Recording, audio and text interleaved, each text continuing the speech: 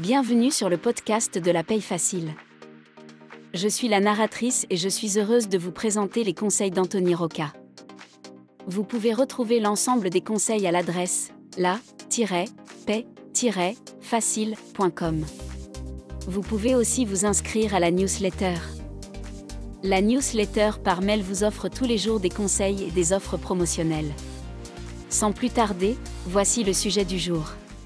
La DSN événementielle fin de contrat. La DSN événementielle fin de contrat permet de déclarer la sortie du salarié à Pôle emploi ainsi qu'aux organismes complémentaires de prévoyance. La DSN événementielle est produite et déposée sur NET Entreprise via le logiciel de paie au maximum dans les 5 jours qui suivent la fin de contrat. Mais le système a des limites. Le signalement de fin de contrat en DSN. Le signalement de fin de contrat de travail en DSN s'appelle FCT, fin de contrat de travail. Il doit être réalisé dans les 5 jours de la survenance de l'événement de sortie. Ce signalement en déclaration sociale nominative permet d'informer Pôle emploi et les organismes de la sortie du salarié des effectifs de l'entreprise. En réalisant cette déclaration, vous obtenez par retour une attestation Pôle emploi rematérialisée. Cette attestation fait partie des documents de fin de contrat à remettre aux salariés sortants. Rappel DSN mensuel et DSN événementiel. Tous les mois, l'entreprise réalise une DSN mensuelle avec les données des bulletins de paie et des salariés. Cette DSN permet notamment de remplir les obligations de l'entreprise envers les organismes sociaux, y compris la transmission et le paiement des cotisations sociales. Lorsqu'il survient un événement particulier aux salariés de l'entreprise est tenue d'effectuer un signalement de l'événement aux organismes.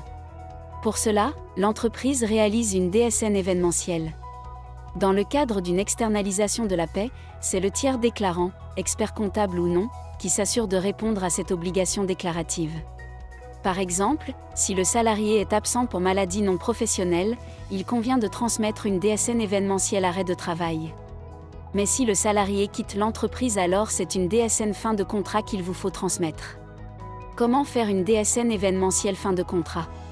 Pour réaliser une DSN événementielle de fin de contrat, vous devez avoir mis en place la DSN, ce qui ne devrait pas poser de problème étant donné que la transmission d'une DSN mensuelle est une obligation. Bien sûr, vous devez également disposer d'un logiciel de paie permettant de transmettre la DSN. D'autre part, vous devez vous assurer que la DSN transmise permette d'identifier les salariés correctement. Pour cela, une fois l'envoi effectué, vous devez aller vérifier la DSN sur NET Entreprise et si besoin apporter les corrections. Une fois ces prérequis validés, vous pouvez signaler les fins de contrat en DSN événementielle. Toutefois, le signalement ne peut pas être réalisé en DSN en cas de contrat court dit inframensuel.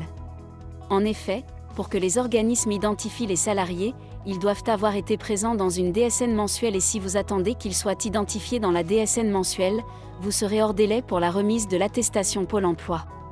Qu'est-ce qu'un contrat court inframensuel ?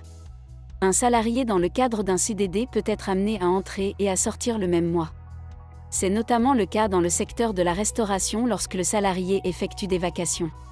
Signalez la fin de contrat court en DSN événementiel.